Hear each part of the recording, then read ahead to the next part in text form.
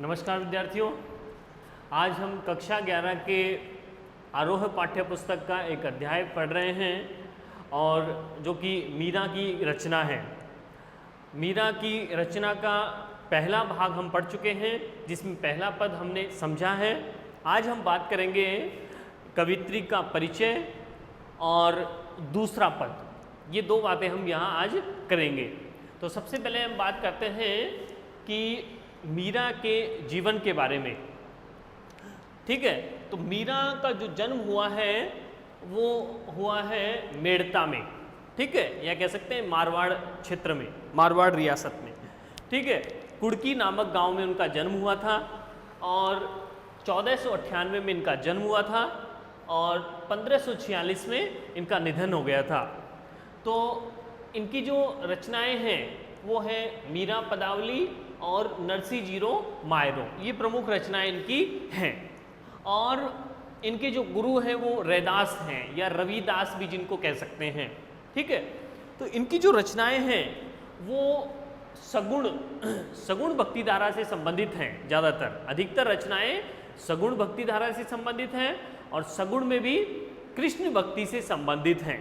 कृष्ण को वो समर्पित हो चुकी थी, तो सगुण भक्ति धारा के अंतर्गत रखी जाएंगी।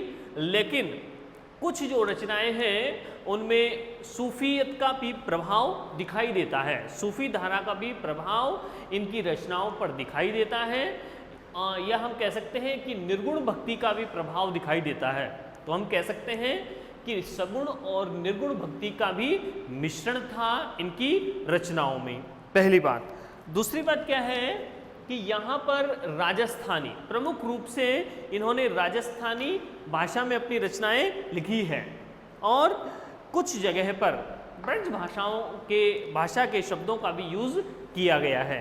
तो हम कह सकते हैं कि राजस्थानी और ब्रज भाषा का भी मिश्रण इनकी रचनाओं में हम देख सकते हैं।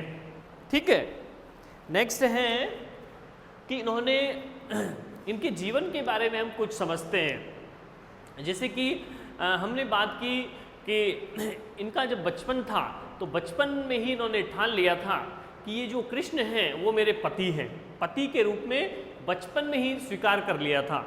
और उसके बाद में जब विवाह हुआ, ठीक है, मेवाड़ के राजा सांगा के बेटे भोजराज से जब इनका विवाह हुआ और कुछ ही दिनों बाद जब भोजराज की मृत्यु हो गई तो फिर इन्होंने क्या किया, मीरा ने अपना जो सारा समय था वो कृष्ण भक्ति में लगाया।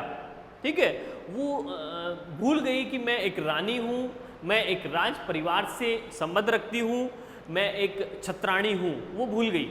और जो उन्होंने बचपन में निर्धारित किया था कि मेरे पति श्री कृष्ण हैं और मेरा सर्वस्व समर्पण उनके लिए है, तो वही भावना उनकी वापस जाग गई और वो पूरे जीवन भर उस को अनुकरण करती रही कृष्ण जी का। ठीक है, तो उन्होंने क्या किया, उन्होंने वो सत्संग करती थी। ठीक है, वो राजमहल को छोड़ करके, महल के सुखों को त्याग करके वो क्या करती थी, मंदिरों में बैठे रहती थी और पूजा करती थी, भजन करती थी, साधुओं का वो क्या करती थी, साथ करती थी या सत्संग करती थी, ऐसा कह सकते हैं। ठीक है, तो इस प्रकार से वो सत्संग करती थी और बहुत ज़्यादा जब उत्तेजित हो जाती थी, एक्साइटेड हो जाती थी, तो वो नृत्य भी करने लगती थी। और नृत्य में वो भूल जाती थी कि पुरुषों के साथ में वो नृत्य कर रही है या किस प्रकार का हमको दायरे में रहना चाहिए, वो भूल जाती थी।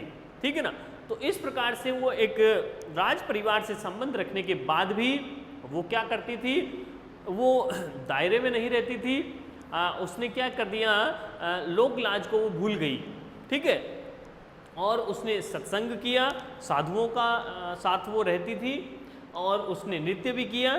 ठीक है, तो इसके बाद उन्होंने पर्दा नहीं किया। ठीक है ना, वो नृत्य करते हुए भूल जाती थी, मगन हो जाती थी, पागल हो जाती थी और कृष्ण की भक्ति में वो लीन हो जाती थी।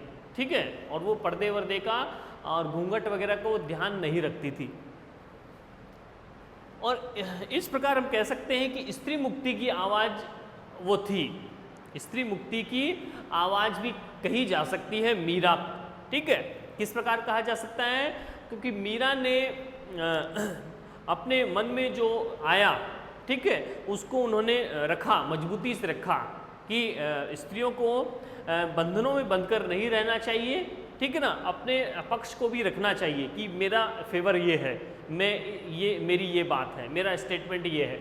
तो स्त्रियों को अपनी बात को समाज के सामने रखना चाहिए, हमें क्या पीड़ा है, हमारी स्थिति कैसी है, उसको समाज के सामने लाना चाहिए, ठीक है ना। तो मीरा को हम स्त्री मुक्ति की आवाज़ भी कह सकते हैं कि उस समाज में, जिस समाज में पुरुषों का आधिपत्य है, ठीक है, एकाधिकार है, पुरुष प्रधान समाज है, उस समाज में भी महिलाओं को उन्होंने क्या कर दिया, वो आगे आई और उन्होंने अपनी बात को प्रमुखता से रखा, ठीक है ना। तो ये हम कह सकते हैं कि स्त्री जो है वो घूंघट में ही नहीं रहेगी, बल्कि वो बाहर भी जा सकती है स्वेच्छा से, ठीक है। तो ये हमने बात की।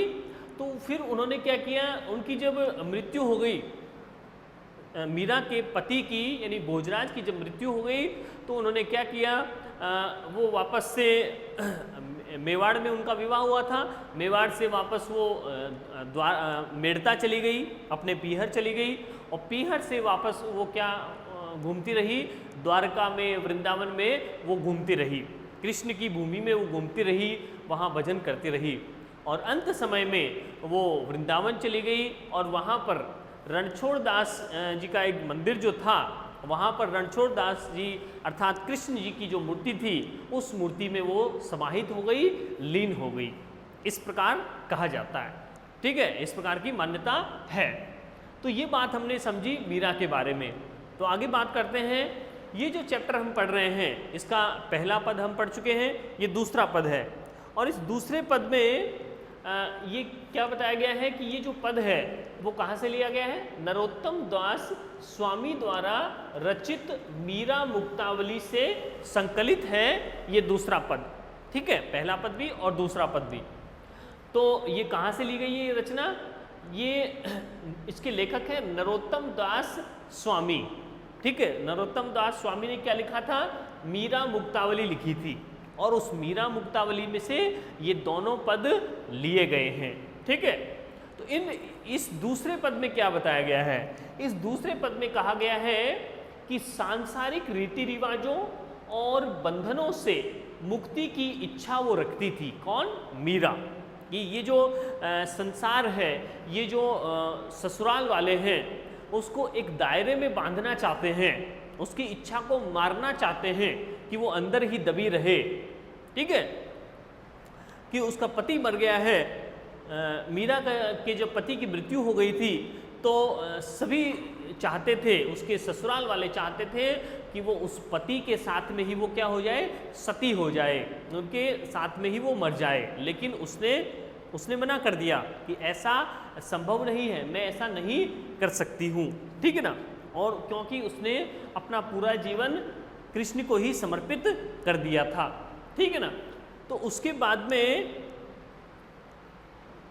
तो उन्होंने क्या किया, सांसारिक रीति रिवाजों और बंधनों से मुक्ति चाहती थी वो, ठीक है ना। ये जो संसार है मुझे बंधनों में रखना चाहता है, ये किस प्रकार के रीति रिवाजों को निभाने की बात करता है, ठीक है ना। एक पत्नी के रूप में, एक महारानी के रूप में मुझसे उम्मीद की जाती है कि मैं ये रीति रिवाजों को फॉलो करूं, इन नियमों को मानूं, जबकि मैं ऐसा नहीं चाहती। मेरे लिए ये संसार के नियम कायदे रीति रिवाज कोई महत्व नहीं रखते हैं, ठीक है।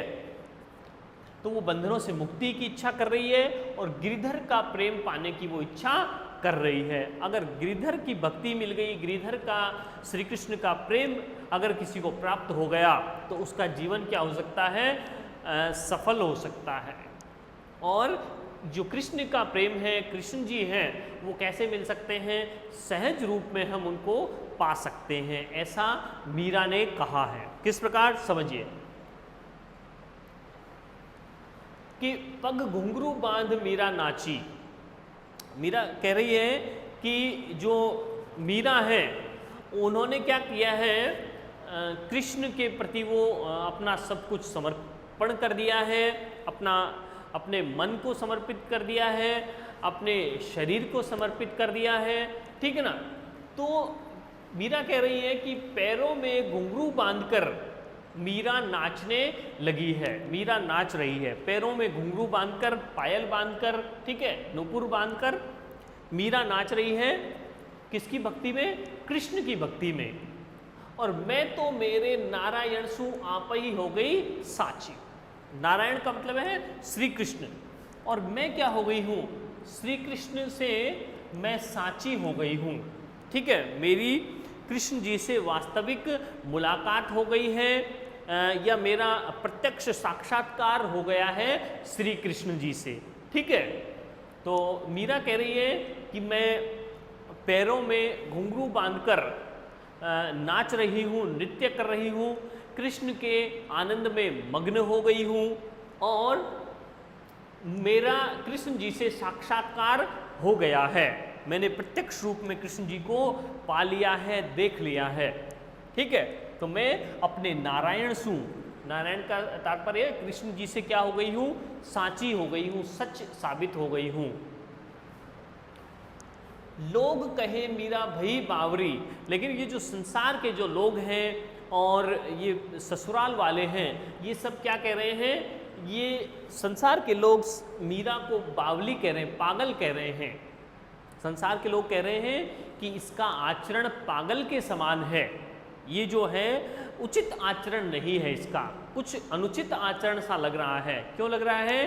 क्योंकि इसको सारी सुख सुविधाएं मिल रही है, इसको अच्छा परिवार मिल रहा है, राजमहल के सुख इसको प्राप्त हो रहे हैं, लेकिन ये क्या कर रही है? उन सभी को त्याग करके वो कहाँ रहना चाहती है? अभावों में जीना चाहती है, साधु सन्यासियों के साथ में वो रहना चाह रही है, ठीक है ना। तो इस प्रकार संसार के लोग मीरा को क्या कह रहे हैं? पागल करार दे रहे हैं, पागल मान रहे हैं। और न्यात कहे कुल नासी, न्यात का मतलब है जो उसके निकट संबंधी हैं, जो भी रिश्तेदार हैं, जो ससुराल वाले हैं, वो क्या कह रहे हैं? उसको कुल नासी कह रहे हैं, कुल का नाश करने वाली। अर्थात इतना जो श्रेष्ठ कुल है, मेवाड़ जो परिवार है, मेवाड़ का जो राजघराना है, उसमें इतने महान राजा हुए हैं, ठीक है ना, जिनका नाम ही अमर है, ठीक है ना। तो बहुत से ऐसे राजा हुए हैं, सांगा, महाराणा कुंभा, प्रताप सिंह, उदय सिंह, ये सब बहुत ही प्रसिद्ध राजा हैं, ठीक है। तो लेकिन ये मीरा ने क्या कर दिया है? इस परिवार में आकर के, इस परिवार की बहू बन करके क्या कर दिया है? इस कुल का नाश कर दिया है। किस प्रकार कर दिया है? कि ये भोजराज से इसका विवाह हो गया था, लेकिन ये क्या कर रही है? एक उसके समान आचरण नहीं कर रही है, एक राजघराने की औरत के समान इसका आचरण नहीं है। इसके जो लक्षण हैं वो खराब हैं। किस प्रकार से? कि उसको महिला के समान थोड़ी लज्जा उसको रखनी चाहिए, लेकिन वो क्या कर रही है? वो साधु सन्यासियों के साथ में भजन कर रही है, नाच रही है, सारी लाज को भूल गई है, ठीक है।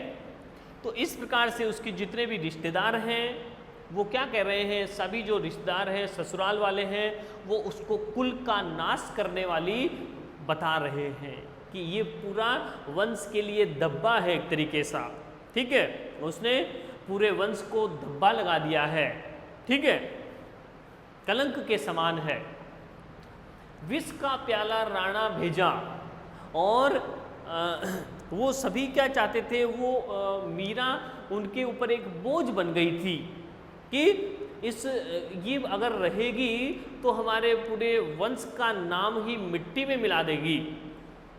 तो उसको क्या किया? भोजराज की जब मृत्यु हुई तो सभी लोगों ने ऐसी इच्छा की कि इसको इसके साथ में ही सती कर दिया जाए, लेकिन मीरा ने इनकार कर दिया कि मैं ऐसा नहीं करूँगी, क्योंकि ये मेरे तो पति है ही नहीं, मैं अपने पति के साथ में कैसे हो सकती हूँ सती, क्योंकि ये तो मेरे पति नहीं है, मेरे पति तो श्री कृष्ण हैं, ठीक है, मैं उनके पास में जाना चाहती हूँ, ठीक है। तो उसने सती होने से इनकार कर दिया। तो इसलिए फिर राजा ने क्या किया, उसको विष का प्याला भेजा, ठीक है ना, जहर का प्याला उसको भेजा, लेकिन पीवत मीरा हासी, मीरा ने क्या कर लिया, उसको हंसकर पी लिया, अमृत समझकर पान कर लिया उसका, और उसका कोई भी नेगेटिव इफेक्ट, नकारात्मक प्रभाव मीरा पर नहीं पड़ा, ठीक है, उस विष का प्रभाव भी मीरा पर नहीं पड़ा, ठीक है।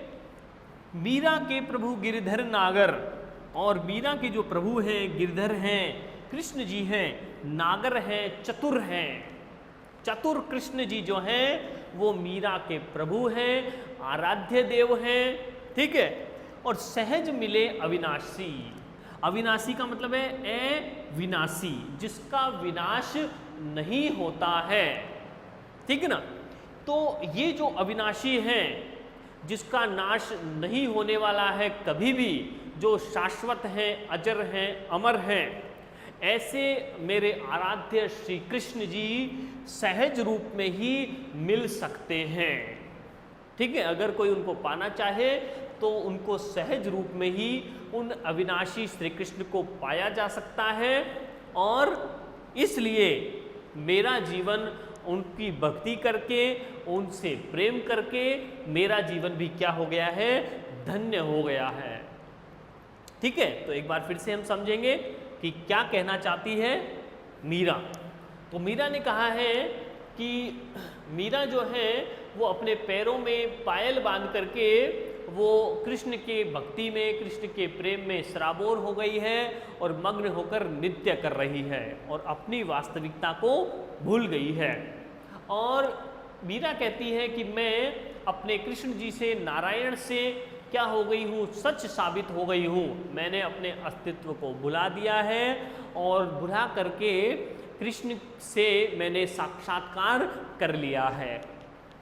और क्या कहती है कि लोग, संसार के जो लोग हैं वो मीरा के गलत आचरण के कारण, असंगत व्यवहार के कारण उसको पागल भी बता रहे हैं।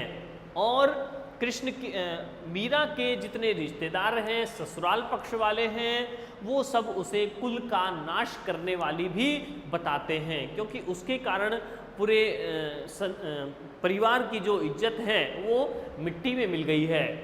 और उस मीरा को मारने के लिए राणा जी ने विष का प्याला भी भेजा था, जिसको मीरा ने हंसकर अमृत समझकर पान कर लिया और मीरा पर कोई नकारात्मक प्रभाव नहीं हुआ।